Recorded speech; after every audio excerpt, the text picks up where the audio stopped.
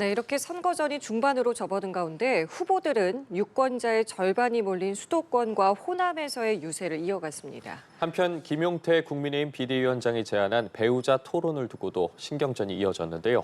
관련 내용 포함한 정치권 이슈들 홍석준 전 국민의힘 의원, 최인호 전 더불어민주당 의원과 함께 짚어보겠습니다. 두 분 어서 오십시오. 안녕하십니까? 예, 안녕하십니까? 예, 말씀드린 것처럼 후보들은 어제 수도권 또 호남을 찾아서 표심을 호소했습니다. 저희가 후보들의 발언 모아봤는데요. 듣고 대답 시작하겠습니다. 휴겸시킴 때 커피 원가가 120원 정도라더라 이렇게 얘기한 거를 120원짜리를 8,000원에 바가지를 씌운다 뭐 식으로 내가 하지도 않은 말을 조작을 해서 자영업자를 비하했다 이렇게 얘기하는 거 정말 잘못된 거죠. 지금 죄 많은 사람은 방탄조끼를 입을 것이 아니라 가장 안전한 국가 방탄시설 교도소에 가서 앉아있으면 됩니다. 여러분, 대통령병에 환장한 사람들 정신 똑바로 차리고 도둑질은 안 해야 되지 않습니까? 거의 인터넷에서 퍼온 그냥 역설을 경제 정책이라고 제시한 이재명 후보는 무지함을 책임지고 좀 사과해야 된다.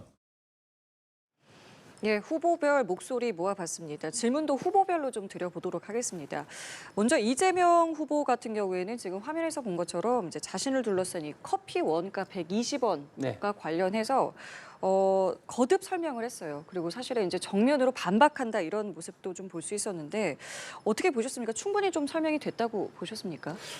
글쎄요. 저는 시청자들이 판단하실 거라고 생각하는데 본인이 커피 원가를 120원이라고 했잖아요. 그런데 이제 그거를 뭐 8,000원이든 10,000원에 팔면은 상인들이 결국은 폭리를 취하는 거고 악덕 어떤 업자가 되는 걸 뭐 당연한 거 아니겠습니까? 그런데 그걸 없는 말이라고 이제 비판을 오히려 한다는 것은 도저히 이해가 안 되고, 그리고 저 말을 설명한 어떤 배경 속에는 계곡을 이제 정비하면서 닭을 파시는 분들은 뭐 땀을 뻘뻘 흘리면서 하는데 원가가 3만 원인데 한 5만 원에 판다. 그런데 커피는 뭐 120원이더라. 뭐 이런 식으로 또 이제 닭을 판매하시는 분과 커피를 판매하시는 분을 이제 비교를 하면서 상대적으로 어떤 원가 이야기가 나왔기 때문에 당연히 커피를 판매하시는 분들은 화가 나실 수밖에 없고, 또 그저께는 또 커피를 판매하시는 어떤 주인 어떤 커피 연대라는 또 단체에서 국회에서 또 그런 어떤 기자회견을 하기도 했습니다. 그런데 지금 이재명 후보 보면 사람은 실수할 수 있습니다. 사람은 모를 수 있습니다.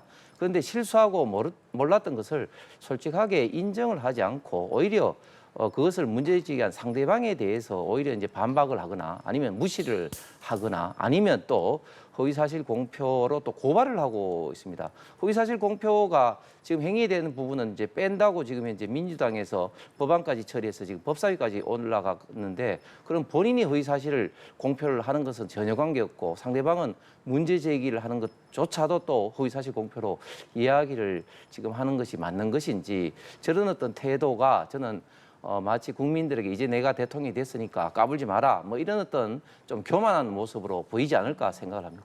태도와 대응에 대해서 좀 지적을 하셨는데요. 어떻게 좀 들으셨습니까? 지금 김문수 후보나 국민의힘 쪽에서 이재명 후보에 대한 흠집내기라든지 말꼬리 잡기라든지 이런 네거티브 공세가 도를 지나치고 있다. 저는 이렇게 생각하고요. 이재명 후보가 이러한 부당한 정치 공세에 대해서 정면적인 대응을 좀 하기 시작했다 이렇게 봐집니다. 사실은 이 자영업자의 어려운 상황을 제대로 된 대안을 가지고 한번 정책 토론을 해보자 하는 취지에서 한 발언을 가지고 김문수 후보나 국민의힘 측에서 이렇게까지 정치 공세에 나오는 것은 자영업자 대책을 사실상 외면하려는 그런 정치적인 꼼수가 있는 거 아니냐, 저는 그렇게 판단하고요. 사실상 이번 대선 국면에 들었으면서 윤석열 전 대통령의 계엄과 내란 때문에 가장 힘든 분들이 자영업자 아니겠습니까? 물가가 천정부지로 올랐고 또 마이너스 경제 성장을 하면서 동네 골목 상권이 완전히 죽어버리는 생존의 위기에 몰린 자영업자들에 대한 대책을 이야기하면서 예를 든 것인데, 그 불법적인 계곡에서 장사하는 분이 그 계곡을 독점해서 하는 것을 시정하고 고치고 또 대안을 마련해 주는 과정에서 커피라든지 이런 쪽으로 좀 대안적인 영업을 하는 것이 어떻느냐, 또 융자도 해주고 했다. 그런 사례를 들면서 이야기를 했는데 그것을 완전히 진위를 왜곡해가지고 마치 이 자영업자 하는 분들, 특히 커피 영업점을 하는 분들을 아주 폄하하는 그런 발언을 했다는 식으로 자꾸 정치 공세를 하는 것은 정말로 내란으로 인한 이 골목 상권의 엄청난 그 위기, 생존의 위기를 진짜 모면하는 거 아니냐 이런 저는 생각을 할 수밖에 없다는 말씀을 드리고요. 실제 윤석열 정부 들어서 지역 화폐에 대한 예산을 다 삭감해 버렸습니다. 지역 화폐는 행안부의 22년 연구에 따르면은 GRDP의 1%만 공급을 해도 매출이 8%가 넘는 그런 증가 효과가 있다라고 이미 정부에서도 발표를 했습니다. 그런 이런 지역 화폐를 어떻게 활성화시킬 것인가 이에 대한 토론은 아니하고 완전히 말꼬리 잡기식으로 진해를 왜곡해서 이렇게 정치 공세하는 것은 윤석열 정부 들어서서 자영업자에 대한 외면했던 그 정책을 또 이런 식으로 외면하려는 정치적인 술수 아니냐 저는 그렇게 봐져서 즉각 그 공세를 중단하고 그럼 자영업자를 살리기 위한 토론을 양 후보끼리 하자라고 김문수 후보는 그러면 제안을 해주시기 바랍니다. 지금 김문수 후보와 국민의힘의 공세에 대해서 비판을 해주셨는데 그렇다면 김문수 후보의 좀 움직임에 대해서도 좀 두 분께 질문을 드려보도록 하겠습니다. 김문수 후보 같은 경우에 어제 서울에서 유세를 했고 말씀해주신 부분을 비롯해서 지금 조희대 대법원장 특검과 이재명 후보의 이 방탄조끼 등에 대한 언급이 있지 않았겠습니까? 이 부분에 대해서 의견 좀 더 들어보도록 하겠습니다. 예, 대한민국에서 이재명 후보만큼 방탄을 좋아하시는 분이 없는 것 같습니다. 본인이 사법 리스크를 피하기 위해서 계양구에 있는 송영길 의원을 내쫓다시피 하면서 이제 국회의원이 대선이 끝나자마자 보궐로 들어가서 국회의원의 불체포 특권이라는 또 방탄을 이제 누렸고 그 이후에도 보면은 많은 어떤 사법 어떤 리스크가 있어서 그런 것을 피하기 위해서 또 방탄 입법을 좀 해왔습니다. 급기야는 최근에는 방탄복, 최근에 또 방탄 유리막까지 방탄 4종 세트를 지금 이제 이용하고 있는데 물론 후보자의 어떤 그 위에는 절대 있어서는 안 되고 그리고 그런 어떤 경호 문제는 철저하게 해야 될 것 같습니다. 그럼에도 불구하고 지금 이재명 후보가 하는 이런 어떤 행태는 국민들의 어떤 위화감과 갈등을 극단적에 좀 조성하는 것이 아니냐. 특히 방탄 유리막에 있는 이재명 후보와 국민 소국으로 들어가는 가슴을 열어제치면서 국민 속으로 들어가는 김문수 후보에 대한 어떤 평가는 저는 분명할 것 같고 특히 김문수 후보는 지금 현재 서울과 경기도 수도권을 중심으로 지금 현재 유세를 집중하고 있는데 저는 많이 이제 돌아다니면 돌아다닐수록 김문수 후보가 굉장히 좀 기분이 좋을 것 같습니다. 왜냐하면 경기도지사 시절 할 때 워낙 했던 일들이 많기 때문에 그동안 잊혀졌던 이것을 김문수가 했느냐고 몰랐던 국민들에게 많이 알릴 수 있는 그런 홍보 기회가 되기 때문에 저는 굉장히 김문수 후보가 기분이 좀 좋을 것 같습니다. 예를 들면 지금 광교 어떤 신도시라든지 또 산업단지만 하더라도 평택 고덕의 삼성 반도체 단지, 이천의 하이닉스 단지를 비롯해서 또 지금 수도권에 2,500만 국민들의 발휘되고 있는 GTX 등등을 김문수 후보가 경기지사 시절에 했고 그뿐만 아니라 요즘 김문수 후보에 대한 애칭이 파파 미남이라고 해서 파도 미담만 나오는 남자다 그런 어떤 이야기까지도 나오고 있습니다. 뭐 여러 가지 이야기가 있죠. 예를 들면 경기지사 시절 때 따님을 결혼할 때 뭐 주변에 전혀 알리지 않은 거라든지 또 그저께는 김연아 선수와의 또 미담도 새롭게 또 부각이 되는데 김연아 선수가 군포 수리고 시절에 그 수리고의 그런 어떤 훈련장 시설을 확충했을 뿐만 아니라 또 훈련 비용까지 뭐 지원했던 그런 어떤 사실이 드러나면서 김문수 후보의 이런 어떤 과거의 어떤 아름다운 어떤 업적, 행적들이 지금 새롭게 많이 부각이 되면서 김문수 후보에 대한 어떤 국민들의 호감도가 선거 지금 이제 진행이 되면 될수록 많이 좀 부각이 되는 그런 어떤 상황인 것 같습니다. 김문수 후보의 유세 동선과 공약들에 대해서는 지금 좀 어떻게 보고 계십니까? 우선 김문수 후보가 뭐 방탄 관련 이재명 후보의 어떤 자구책에 대해서 아주 극언에 가까운 그 정치 공세를 퍼부었는데요. 이 대단히 부적절하고 사회 혼란을 부추기는 그런 부적절한 발언이다. 저는 그렇게 생각합니다. 왜냐하면 가덕도 테러 현장에 제가 이재명 후보 행사의 사회를 봤던 사람으로서 정말 이거는 상상도 하지 못하는 일이 갑자기 벌어졌거든요. 이 기자들 사이에 그 둘러싸였던 이 후보에게 지지자를 가장해서 갔다가 그렇게 흉기를 대서 그 아마 와 있어서 이 옷깃이 없었다면 0.1mm 차이로 목숨을 잃을 수도 있는 아주 긴박하고 정말 위기적인 상황을 맞았지 않습니까?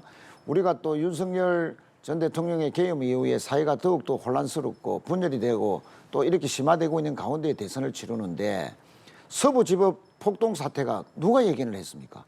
법원을 난입을 해서 불을 지르고 또 그 판사를 차단해서 위해를 가하려했던 이거는 있을 수도 없는 상상도 할 수 없는 일들이 불과 두세 달 전에 벌어졌단 말씀이죠.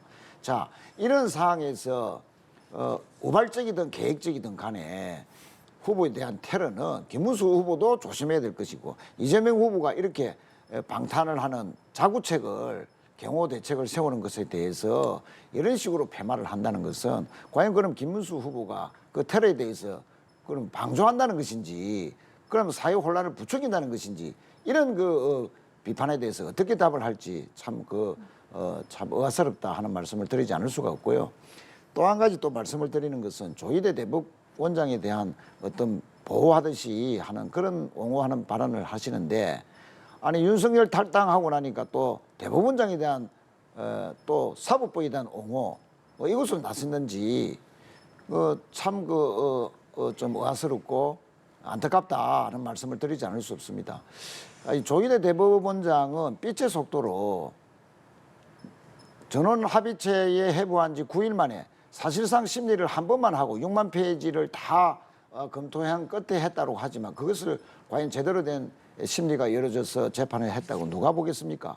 그리고 파기환송하자마자 바로 고법으로 돌려보내서 고법은 또 재판기일을 바로 연달아서 잡았고 그런 속도로 만약에 갔더라면 국민들이 저항하지 않고 정치권에서 저항하지 않고 막지 않았더라면 아마 이재명 후보는 대선 후보 등록을 못했을 수도 있는 완전히 정치 개입, 대선 개입했던 대법원의 그런 빛의 속도에 부당한 재판 속도에 대해서 좀 따져보자는 것에 대해서 그리고 대선 후에 청문회를 하든 그렇게 하면 되는 것인데 왜 그렇게 사법부의 대선 개입 의혹에 대해서 저런 식으로 변호를 하는지 많은 국민들이 의아스럽게 생각할 것이다. 특히 김문수 후보는 지금 룸살롱 접대 의혹을 지금 받고 있는 지기현 판사가 이 룸살롱 접대와 윤석열 구속 취소와의 어떤 연관이 있는 거 아니냐는 그런 의혹에 대해서 김문수 후보는 어떤 생각을 가지고 있고 사법부가 잘못한 것에 대해서 그러면 옹호만 할 것인지 네. 사법부의 잘못에 대해서도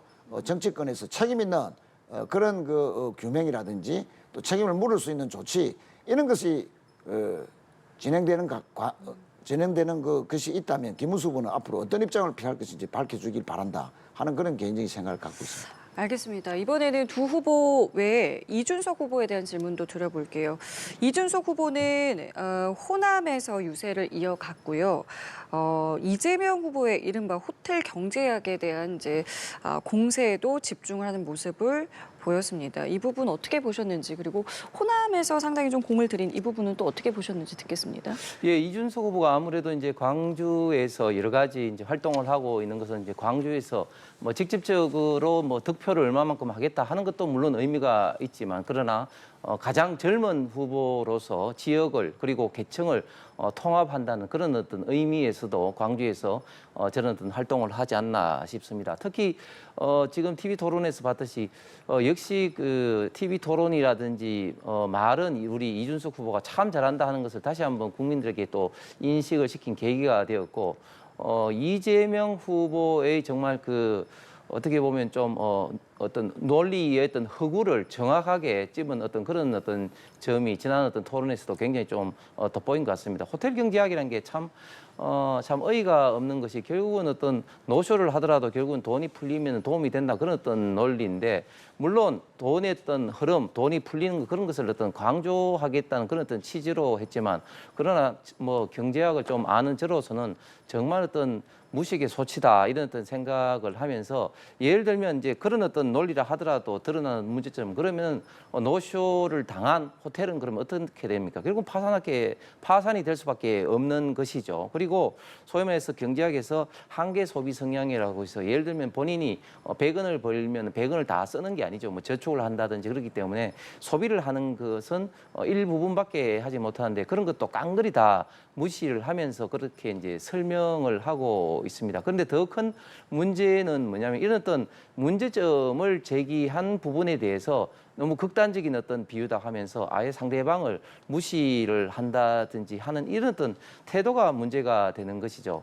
지금 뭐 노쇼 경제학을 또 일명 노쇼 주도 성장 정책, 뭐 노주성 정책 이렇게 비아냥하기도 하는데 이런 어떤 비판에 대해서 저는 국가 지도자라면 큰 정치인이라면 오히려 그런 어떤 허구했던 점에 대해서 솔직하게 좀 잘못을 인정을 하는 그런 어떤 자세가 오히려 더 국민들에게 더 설득력이 있지 않을까 싶고 그리고 지금 민주당의 태도 특히 이재명 후보의 지금 태도를 보면은 본인들의 어떤 잘못이 발생되면은 그것을 상대방한테 돌리는 그런 경향이 굉장히 많이 있습니다. TV 토론에서도 그런 것들이 나타나고 있지만 예를 들면 가장 대표적으로 이재명 후보의 사후 어떤 리스크의 문제에 있어서 저는 정말 이때까지 살면서 대법원의 판결에 대해서 이렇게 문제를 삼고 대법원 판결을 한 조희대 대법원장이라든지 대법관을 공격하고 더 나아가서는 이런 어떤 법에 대해서 개정을 통해서 지금 현재 이재명 후보의 어떤 제목이 있는 그런 어떤 것을 바꾸려고 하는 이런 어떤 태도야말로 정말 우리 대한민국의 어떤 국민 주권을 지탱하는 가장 중요한 자유민주주의, 법치주의 그리고 권력 분립의 어떻게 보면 기본부터 뿌리부터 흔들려고 하는 이런 어떤 자세가 아닌가 싶습니다. 그리고 그런 어떤 논리 자체가 틀린 부분들이 너무너무 많습니다. 조금 전에 최인호 의원 말씀을 뭐 대법원 심리 한 번밖에 안 했다 근데 2번을 했고 또 대법원 상고심에서는 통상적으로 심리를 한 2번 정도 하고 맙니다. 대법관들이 그만큼 정확하게 그런 걸 다 봄에도 불구하고 대법관을 무시하면서 그거를 어떻게 다 하냐 대선 개입 아니냐 이렇게 이야기하는 것이야말로 이재명 후보의 문제점을 듣기 위한 희생양을 삼기 위한 어떤 공격인데 그런 어떤 행동이야말로 국민들이 이재명 후보가 당선이 되면 정말 우리 대한민국이 법치주의와 상권 분리 무너져서 이재명 민주당의 어떤 독재 정권이 출현하겠다 이런 어떤 걱정을 많이 하실 수밖에 없다고 생각합니다. 조금 전에 그 커피와 관련해서 대답하실 때 진위를 왜곡했다라고 하셨는데요. 이 호텔 경제학에 대해서도 아닌 건 아니라고 인정하는 게 낫지 않겠느냐라고 지금 말씀해 주셨는데 이 부분도 좀 왜곡이 돼 있다고 보십니까? 그렇습니다. 지금 아까도 제가 설명을 드렸지만 예. 전국의 243개의 기초지자체 중에서 191곳, 약 80%가 넘는 기초지자체에서 지역화폐 정책을 지금 구체적으로 펼치고 있거든요. 실제 이 지역화폐가 동네에서 돈이 돌게 하고 돈이 돌면 뭐 치킨 가게라든지 자영업자들의 매출이 늘어나고 자영업자들의 매출이 늘어나면 또 그 원재료를 사야 되면 또 시장의 경기가 또 좋아지고 이런 그 소위 말하는 골목 경제의 선순환 구조 이것이 일종의 경제학에서 얘기하는 성수 효과죠. 이것을 이재명 후보가 강조를 한 것인데 자꾸 보십시오. 지역의 자영업자들이 실제 효과를 보고 행안부, 윤석열 정부의 행안부 22년의 그 연구 결과를 따르더라도 GRDP 1%에 해당하는 지역화폐의 공개만 있었어도 전체 매출이 8%가 늘어나고 고용효과가 2.5%가 가깝다 하는 그런 효과가 윤석열 정부에서도 인정을 한 것입니다. 그 정책을 그 강조를 하면서 앞으로 이런 것을 어떻게 더 확대할 것인지 토론하자. 그렇게 주장하는 이재명 후보를 보고 자꾸 말꼬리식으로 그런 식으로 폄하하는 것은 이 자영업자들에 대한 이 고통과 이 생존의 위기를 과연 극복할 의지가 있는 것인지 저희들은 의심할 수밖에 없다 하는 점을 다시 한번 말씀을 드리고요. 이준석 후보가 호남에서 이렇게 사흘째 내내 호남 행보를 하는 것은 호남에서 2등을 하려는 전략이다. 공을 들이는 이유는 자 호남에서의 2등을 기록하는 이준석 후보는 다음 대선 이후에 자신이 어떤 보수 후보로서는 또 보수 진영 내의 정치인 중에서는 호남에서 2등을 했다는 것이 아주 큰 정치적 자산을 쌓는 일이라고 생각하고 이렇게 공을 들이는 것이 아니냐 그렇게 생각하고요. 특히 그 20대의 청년들의 이준석 후보에 대한 일정한 지지가 있다고 보고 대학가 등을 돌면서 집중적인 유세를 하는 거 아니냐 이렇게 봐지는데 제가 이준석 후보에게 한 가지 조언을 할 것은 강주나 또 호남을 돌면서 이 김문수 후보가 선대위를 구성하면서 정호용 전 국방부 장관이죠. 계엄사령관을 상위 고문으로 임명했다가 취소한 일이 있습니다. 그것은 후보가 승인하지 않으면 그 중요한 직책에 임명할 수가 없는 것이죠. 자, 5.18 그 시민들을 그 총칼로 학살했던, 그래서 징역형을 살았던 그 강조학살의 책임자 정호용을 상위 고문으로 앉혔던 김문수, 또 시종일관 지금까지도 윤석열 부부를 옹호하고 있는 이런 정치적 행보를 보이는 김문수 후보와는 절연하는 그런 그 정치적인 스탠스가 매우 중요한 거 아니냐. 그래서 앞으로 어떤 이제 이준수 후보는 김문수 후보의 이러한 그 극우적이고 친윤적이고 어떤 그 극우적인 내란 옹호 입장에 대해서는 선을 계속 그어가는 것이 본인의 정치적인 미래를 위해서 좋다 하는 충고를 드리겠습니다. 예, 후보들의 움직임에 대해서 살펴봤는데 이렇게 유세와 관련해서 각 당에서도 이제 지원이 계속되고 있습니다. 한동훈 전 대표도 김문수 후보 지원 유세에 나섰는데 김문수 후보의 이름이 빠진 국민의힘 기호만 써진 운동복을 입었고 앞서 요구했던 부분들을 다시 한번 계속해서 요구를 했고 이러한 부분에 대해서 당 내에서도 그렇고 외부에서도 여러 이야기가 나오고 있습니다. 좀 어떻게 바라보셨습니까? 예, 저는 한동훈 후보가 그동안 뭐 페이스북이나 유튜브를 통해서 온라인상으로는 계속해서 이재명 후보를 비판함으로써 김문수 후보를 지지했습니다만은 그러나 당 내외에서 직접적으로 좀 나와서 참전해야 된다는 어떤 요구를 이제 많이 받았기 때문에 어제부터 부산을 경유해서 오늘 뭐 대구 또 내일 뭐 청주로 가는 이런 어떤 현장에 직접 뛰어든 것은 대단히 좀 의미가 있고 또 김문수 후보에게는 큰 힘이 되리라고 봅니다. 왜냐하면 지금 우파 보수 진영에서 가장 팬덤층이 두터운 정치인을 꼽으라면 한동훈 후보가 될 수 있을 것 같습니다. 예를 들면 집에서 뭐 팝콘 좀 먹고 그 야옹이 좀 쓰다듬어도 유튜브에서 뭐 40만, 100만이 찍히고 있습니다. 그만큼 팬덤층이 두터운 이제 한동훈 후보가 나섬으로써 한동훈 후보를 좋아하시는 분들이 이재명 후보를 찍지는 않겠지만 그동안은 좀 투표라든지 또 여론조사에 좀 소극적이 아니냐 하는 그런 좀 우려가 있었는데 그런 어떤 우려를 좀 말끔히 씻어낼 것으로 기대를 하고 있습니다. 그리고 한동훈 후보가 김문수 후보와 생각이 다르다 하는 어떤 그런 점을 밝혔는데 저는 뭐 민주정당에서 생각이 좀 다른 것은 오히려 당연하다고 봅니다. 오히려 지금 민주당이야말로 과거에는 그랬지 않았는데 지금은 이재명 독재당이 돼가지고 이재명 후보에게 대표 시절에 지금도 마찬가지지만 뭐 아부하시는 분들만 있지 않습니까? 뭐 신사제라는 둥, 이재명 후보가 민주당의 아버지라는 둥, 또 뭐 이재명 후보가 차원 후보다 잘생겼다는 둥, 뭐 그런 어떤 사람들만 지금 현재 있는 게 지금 민주당이죠. 그런 게 민주정당의 저는 참모습은 아닐 거라고 생각을 합니다. 지금 한동훈 후보가 나섰고 또 홍준표 후보도 선대위에는 합류하지 않지만 그러나 김문수 후보 지지 의사를 표명을 했고 더 나아가서 지금 조만간 한덕수 후보도 또 이제 합류를 한다 그런 어떤 이야기가 들리고 있습니다. 왜냐하면 한덕수 후보도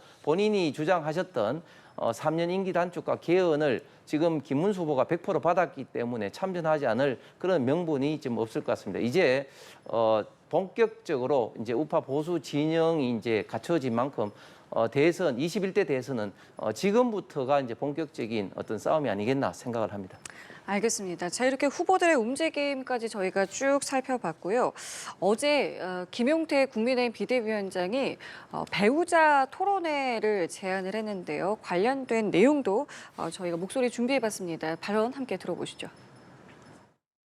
설란영 여사와 김혜경 여사 두 후보 배우자의 TV 토론을 제안합니다. 대통령 곁에서 국민과 가장 가까운 자리에 서 있는 공인입니다. 검증이 될 필요가 있다면 검증도 하고 또 뭐 토론도 하든지 그 배우자, 가족 이런 부분에 대해서도 국민들이 알 필요가 있고 이 신성한 주권 행사회장을 그런 식으로 장난을 치듯이 이벤트화해서는 안 되는 겁니다. 좀 격에 맞게 말씀하시도록 요청드립니다. 하지만 제발 스스로 작전이 안 나오면은 돈 주고 컨설턴트를 쓰든지 했으면 좋겠습니다. 김용태 위원장이 앞에 있었으면 저한테 엄청 혼났을 겁니다. 예.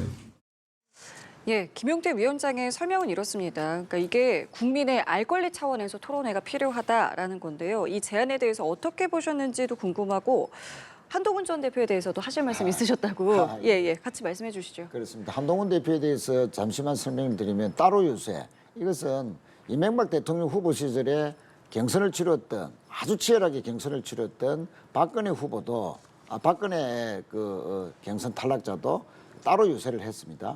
뭐 그런 선례가 있는데 그런 길을 가는 거 아니냐 이렇게 보고 있고요. 한동훈 대표가 왜 이렇게 따로 유세를 하느냐. 본인은 김문수 후보의 득표율이 올라가면 올라갈수록 향후 대선 이후에 국민의힘 재편 과정에서 자신의 입지가 줄어들 것을 우려합니다. 그렇지만 또 그렇다고 후보 지원을 안 할 수는 없는 이런 그 딜레마적 상황에서 자기 정치의 연장선상에서 따로 유세를 한다 이렇게 봐지고요. 실제 그 명분은 어떤 그 윤석열 부부와의 완전 전련이라든지 정강훈 세력 등 내란 세력과의 관계 단절 이런 것을 근본적으로 김문수 후보가 요구했는데 전혀 받아들이지 않은 상황에서 후보와 함께 손을 들고 전면적인 유세 결합을 하면 지금까지 윤석열 전 대통령과 각을 세웠다든지 계엄에 대한 반대를 했다든지 탄핵에 대한 찬성을 했던 자기 한동훈 정치 노선에 대한 자기 부정이 되는 것입니다. 그래서 저런 식의 자기 정치를 하지 않느냐는 분석이고요. 앞으로도 이런 식의 자기 정치 따로 유세는 당분간 계속되지 않겠나 이렇게 봐집니다. 그리고 김용태 비대위원장이 느닷없이 부인들 간의 TV 토론을 제안했는데 사실상 대선 과정에서 부인들끼리 TV 토론이라는 것은 한 번도 있어 본 적이 없고 아마 국민들이 상당히 생뚱맞게 생각하지 않겠는가 이렇게 생각하는데 김용태 비대위원장이 이렇게 느닷없는 후보의 부인들끼리의 어떤 토론회를 주장한 것은 한마디로 김건희 리스크를 가리려는 어떤 정치적인 술수가 아니냐 저는 이렇게 생각을 합니다. 실제 지금 검찰이 김건희 전 여사에 대해서 도이치 주가 사건이라든지 각종 명태균 사건으로 지금 소환 일정을 지금 통보를 해놓고 있지 않습니까? 잘못하면 이제 어떤 구속 청구가 될 수도 있는 이런 사안인데 자 이런 김건희 리스크가 대선 와중에 전면적으로 일어나면 지금까지 특검을 추진했던 국회가 대통령이 거부권을 하면 또 국민의힘에 의해서 거의 좌절돼 왔던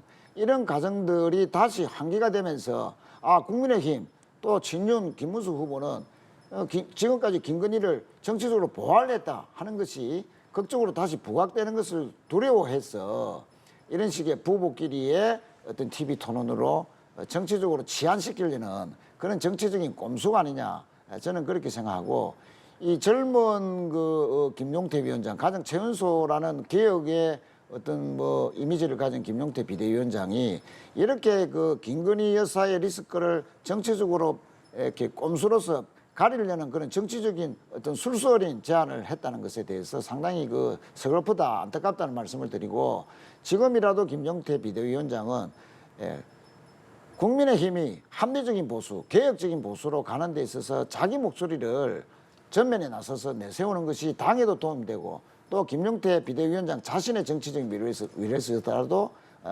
바람직할 것이다. 저는 그렇게 조언하고 싶습니다.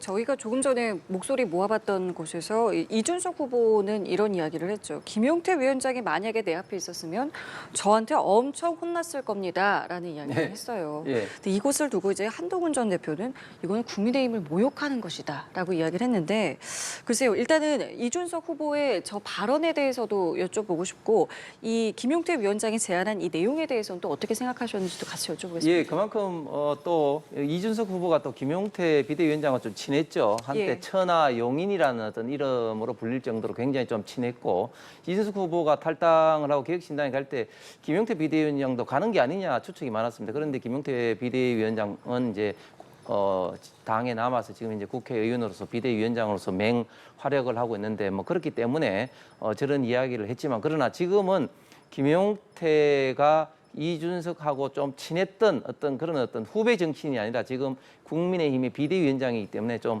저런 표현은 좀 지나친 것 같고 특히 거기에 대해서 또 한동훈 후보가 또 되게 좀 태클을 좀 걸면서 뭐 꼰대 짓은 나이와 관계없다는 것을 다시 알게 됐다. 뭐 이렇게 이야기하는데 그런 어떤 말들 속에 두 사람 사이, 즉 이준석 후보와 한동훈 후보, 후보는 아니죠. 한동훈 전 대표 간에 어떻게 보면 미묘한 우파 보수 진영의 어떤 미래의 어떤 그 젊은 어떤 정치인끼리의 어떤 라이벌 관계가 있다 하는 것을 우리가 다시 한번 알 수가 있었습니다. 김영태 비대위원장 저는 아이디어는 굉장히 좀 참신하고 재미있는 것 같습니다. 왜냐하면 이것이 법적으로 정해진 어떤 그런 후보자 토론회하고는 완전히 이제 별개로 한번 검증을 해보자는 어떤 제안을 한 것이죠.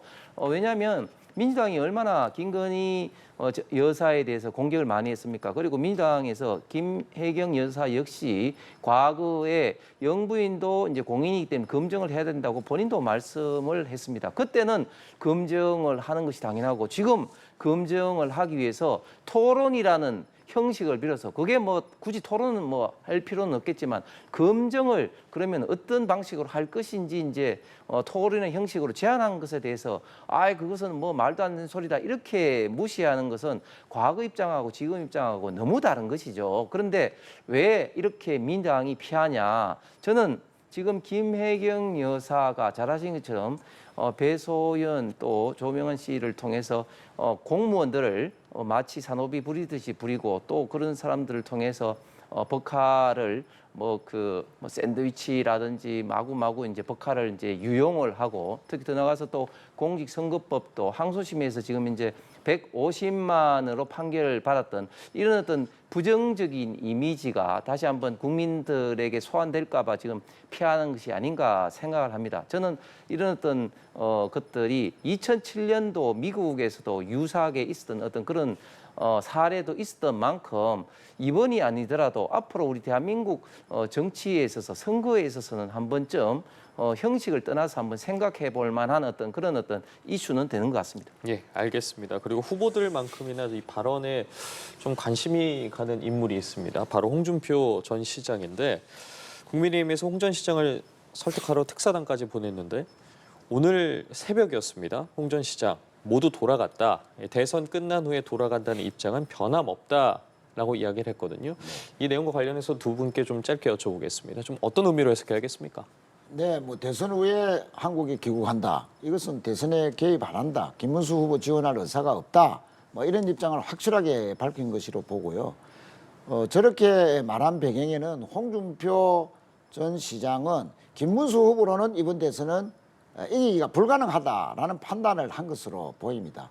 뭐 이미 질 것이 뻔한 후보에게 지원을 해봤자 또 탈당까지 했는데 그 국민의힘이 자기에게 어떤 정치적인 어떤 이득을 줄 것인지 전혀 보이지 않는 가운데에서 그 현명한 어떤 뭐 선택 또는 뭐 자신이 처해 있는 처지에서 나오는 아주 그 뭐 이해갈 만한 선택이다 이렇게 봐지고요.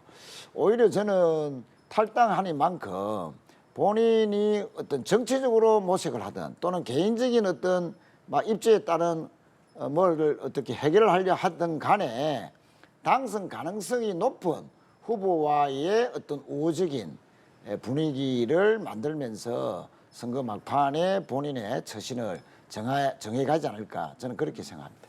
예. 같은 정치인이고 특히 뭐 저하고는 뭐 개인적으로 남양홍 씨의 손잡벌 되는 큰 정치인이신데 일거수일투족이 국민들에게 관심을 받고 있습니다. 파란색을 매가지고 큰일 났다 싶었는데 이 페이스북의 사진을 빨간 걸로 이제 교체하는 걸 통해서 그런 것들도 다 언론의 주목을 받았던 만큼 홍준표 전 시장은 우파 보수 정치인의 큰 인물이시죠. 그런데 홍준표 시장이 이제 정계 은퇴하고 탈당을 하시면서 태평양에 가셨지만 페이스북을 통해서 계속적으로 윤석열 전 대통령과 당을 좀 비판하는 굉장히 좀 쓴소리를 해 오셨습니다. 그리고 본인과 민주당은 부정은 했지만 또 국무총리설 뭐 이런 것들이 나와서 당에서 걱정이 돼서 특사단까지 파견을 해서 이 특사단의 유상범, 김대식 의원이 홍준표 시장을 뭐 데리고 오지 못하든지 지지를 이끌어 모지 못하면 태평양에 빠져 죽겠다는 그런 각오를 했는데 당이 뭐 빠져 죽을 일은 없을 만큼 지금 현재 홍준표 시장은 이제 김문수 후보를 지지한다 이런 어떤 말씀을 하셨다고 합니다. 홍준표 시장이 저는 선대위에 합류할지 안 할지는 모르겠습니다. 그러나 선대위에 합류하지 않더라도 페이스북이라든지 여러 가지 언론을 통해서 김문수 후보를 지지하는 그런 어떤 발언들을 하시고 또 이재명 후보에 대한 어떤 비판적인 어떤 발언을 하신다는 것만으로도 김문수 후보에게는 큰 힘이 될 것이고 대선 승리에 저는 큰 보탬이 될 것이라고 생각합니다. 예, 알겠습니다. 오늘 두 분 말씀도 여기까지 함께하겠습니다. 지금까지 홍석준 전 국민의힘 의원, 최인호 전 더불어민주당 의원과 함께했습니다. 두 분 감사합니다. 고맙습니다. 감사합니다.